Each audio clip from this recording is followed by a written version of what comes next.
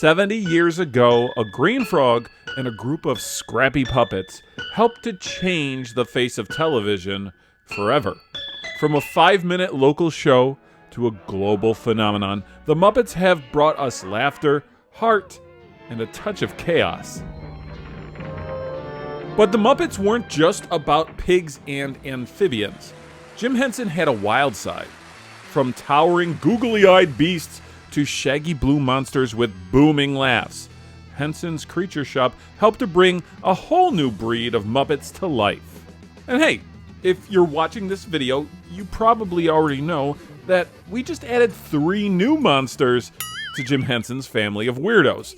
I'm talking about Boo Berry, Frankenberry, and the Dark Prince of Sugar Cereal, Count Chocula. You look handsome. I am so glad they found a mirror that works for you. In this video, we'll see what General Mills cooked up for this highly anticipated collaboration and celebrate 70 years of Muppet Monsters. Now, before we start, go grab a spoon, maybe your favorite cereal bowl, and don't forget to subscribe to Retro Spectrum. It's part of a balanced breakfast. Just between you and me and the guy running the camera, I take a milk bath every afternoon. Now, during the 1950s, legendary puppeteer Jim Henson would experience a fair bit of success. This would include his popular children's television show, Sam and Friends. By 1958, the Jim Henson Company had been incorporated, but they weren't the only media production group to develop a level of notoriety at the time. Over in the United Kingdom, Hammer Film Productions was breathing new life into undead icons like Frankenstein and Dracula. Moviegoers fell in love with Hammer's interpretations of those beloved characters. The 1960s brought us several sequels and even more monsters added to Hammer's gallery of rogues, like werewolves and mummies, the Phantom of the Opera, Dr. Jekyll, and Mr. Hyde. It was during this time that Henson started introducing audiences to a couple of brand new monsters to help sell products on store shelves. What a novel idea, using monsters to help sell commercial goods. Anyways, some of these puppets were something like early prototypes for characters that would appear in future projects. Just take a look at this bizarro cookie monster used in promotional films for IBM. For my money, the most iconic monster of the 1960s would have to be the giant purple beastie known as Splurge. Hey, Splurge, this is Cinderella's fairy godmother. How do you do? Good grief. He's great with horses. He likes to pat them. Don't you have any smaller friends? Look, lady, I work with Splurge or I don't work. And you be nice to him or I'll tell him you're a radish. Henson drew this sketch way back in 1965. It wouldn't be long before this big purple beast would start making appearances on television, melting the hearts of viewers with his wonderfully goofy expression. Since his creation, Splurge has been used in a few interesting cross-promotions for products like Hawaiian Punch, or a special Kentucky Fried Chicken kids meal meant to promote Jim Henson's Scary Scary Monster book series. In fact, this Splurge shoelace muncher we acquired from the Colonel is truly peak fashion. Now, by the 1970s, the Hammer horror films were starting to wind down, but that doesn't mean we were done with Frankenstein and his crew. You can never really count out Dracula, can you? I mean, Marvel Comics started publishing a line of horror comics like Tomb of Dracula, The Monster of Frankenstein, and Werewolf by Night. Filmation Production gave us The Groovy Ghoulies, and Hanna-Barbera introduced us to a revolving door of kooky villains in Scooby-Doo, Where Are You? Hey, who's that? So you didn't heed my warning. Now your spirits will dwell here in this house forever. However, as much as I love Mystery Inc., it's possible that General Mills takes the cake. Or in this case, ghost-shaped marshmallows. Biffle, here's the super sweet new cereal, Frankenberry. 2 strange faces were leering at shoppers as they pushed their cart through the cereal aisle. Frankenberry, a pink monster with strawberry fingernails, and Count Chocula, a grim-grinning chocoholic from the cliffs of Romania. Chocula was without a doubt my second favorite Dracula parody of all time. And you can probably guess who was the first. Greetings. Welcome to Sesame Street. You're just in time. I'm going to teach everybody how to be a count, just like me. Not only did the Count Von Count appear on regular segments on Sesame Street, he also recorded his first album in 1975. And that wasn't even the only music monstrosity published by Sesame Street Records that year. Sesame Street Monsters, well, it wasn't your average album. It was a full-on monster party with Grover, Cookie Monster, and a whole crew of fuzzy furballs singing their hearts out. This record was tons of fun. Plus, it reminded children that not all monsters are scary. You can almost imagine being a child in the 70s, listening to the gang from Sesame Street while enjoying one of General Mills' newest cereals. Boo Berry first appeared at breakfast in 1973, then after that, Fruit Brute joined the lineup of monster cereals.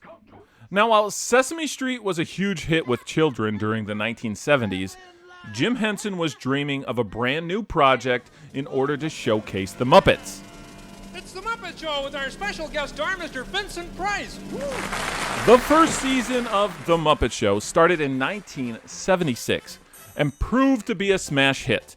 It was a chaotic mixture of old-school vaudeville humor, experimental puppetry, and pop culture parody, making it feel unique to other variety shows like Ed Sullivan and Carol Burnett.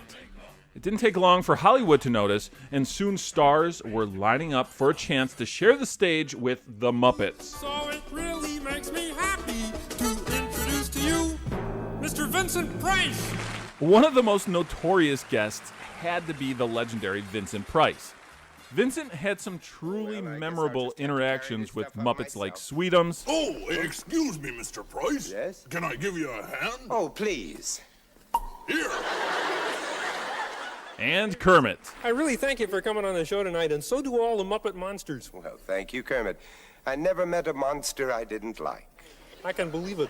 Hey, can I ask you a question? Yes, of course. Well, in all the scary movies you've done through the years, well, you're always turning into a vampire. Well, how do you do that? You see, it takes tremendous concentration, years of physical and emotional training, and enormous mental exertion. Do you understand? Oh, sure.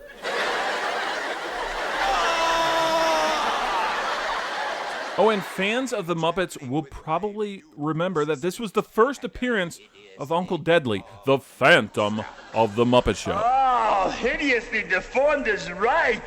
Watch it. I'm the beautiful assistant.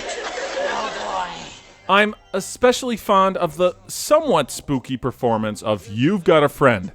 It reminded me that under Price's creepy persona, there's a gentle sweetness.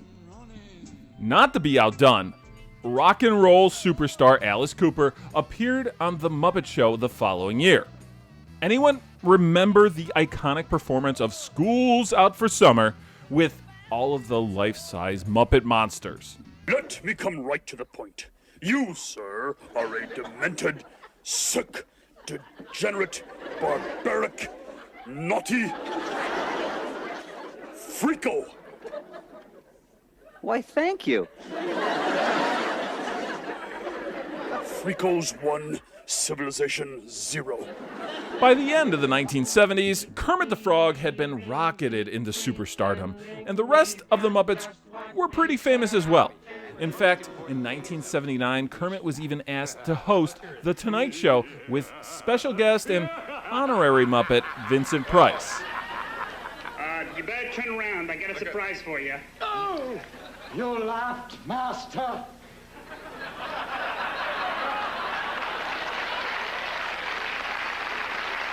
Perhaps you remember that's Uncle Deadly. He worked with you on the Muppet Show. Uncle Deadly. I missed you so.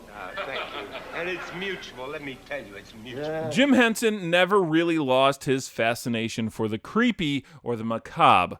During the 80s, we were transported to the frightening world of the Dark Crystal and were introduced to the Goblin King in The Labyrinth. Hi! The Tug Monster here, welcoming you to, Oh, and does anyone remember the Little Muppet Monsters?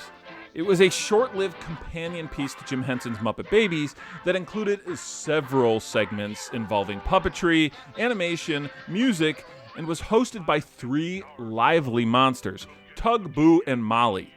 It's too bad this show ended after only 3 episodes. I could just imagine Saturday mornings with a big bowl of fruity yummy mummy watching a new episode of Muppet Babies followed by the Little Muppet Monsters. Now, obviously, the Muppets continued well after Jim Henson's death in 1990. Fruity Yummy Mummy was discontinued in 1992, and Fruit Brute, well, he moved to Hollywood. No, he wasn't making any cameos in Muppet movies, but he did appear in a couple of Tarantino films. Now, not for nothing, these Universal Monster parodies weren't exclusive to the gang from General Mills. You see, in the year 2000, the Muppet Monster Adventure was released on the Sony PlayStation. Now, this was by no means the most popular title on the console, but there may be a few gamers out there who remember Kermit's transformation into Frankenstein's monster, his ghoul friend, Miss Piggy, Clifford, who gave us a variation on the creature from the Black Lagoon, Fozzie the Waka Waka Werebear, and Vampire Gonzo, also known as Nose Ferratu. Booberry, Count Chocula, and Frankenberry remained a sugary part of a balanced breakfast well into the early 2000s. But somewhere around 2010, it became a seasonal product coinciding with spooky season. On the positive side, the monster cereals have undergone some pretty radical transformations over the past several years. General Mills collaborated with American designer Cause to add his unique style to 4 different monster cereals, including Fruit Brute. I especially love the plastic toys, which were a nice little nod to the prizes we discover in our cereal back in the 70s and the 80s. 1 mini monster in specially marked boxes of the monster cereals. Now, my obsession with monster cereal actually started in 2014 when a few DC comic book artists reimagined Count Chocula, Frankenberry, and Booberry. I even tracked down superstar illustrator Jim Lee in order to get him to sign a box. But I don't know, the makeover General Mills planned for 2025 may have been the craziest idea yet. For the first time ever, Jim Henson's Creature Shop is bringing the monster cereal mascots to life as puppets. Is it supposed to look like that? He's wearing a green suit with these motion capture bowls. And you see, when he moves around the screen, then the bowls translate that back to the computer, and then the computer sees it, and it knows that it's Booberry. But you see, we don't see him now because they're using that technology to bring it to life, you see. And if he keeps doing... I'm here in Atlanta, Georgia, at the Center for Puppetry Arts, and they've got a special trio of Muppets puppets on display. We've got this monster cereal puppets, Frankenberry, Booberry, and my favorite, Count Chocula. Booberry's gone from a flat little ghost on a cereal box to a full-on fuzzy apparition. He's still the mellowest of the monster crew, only now he looks like he could spend an evening frightening Michael Caine alongside Jacob and Robert Marley.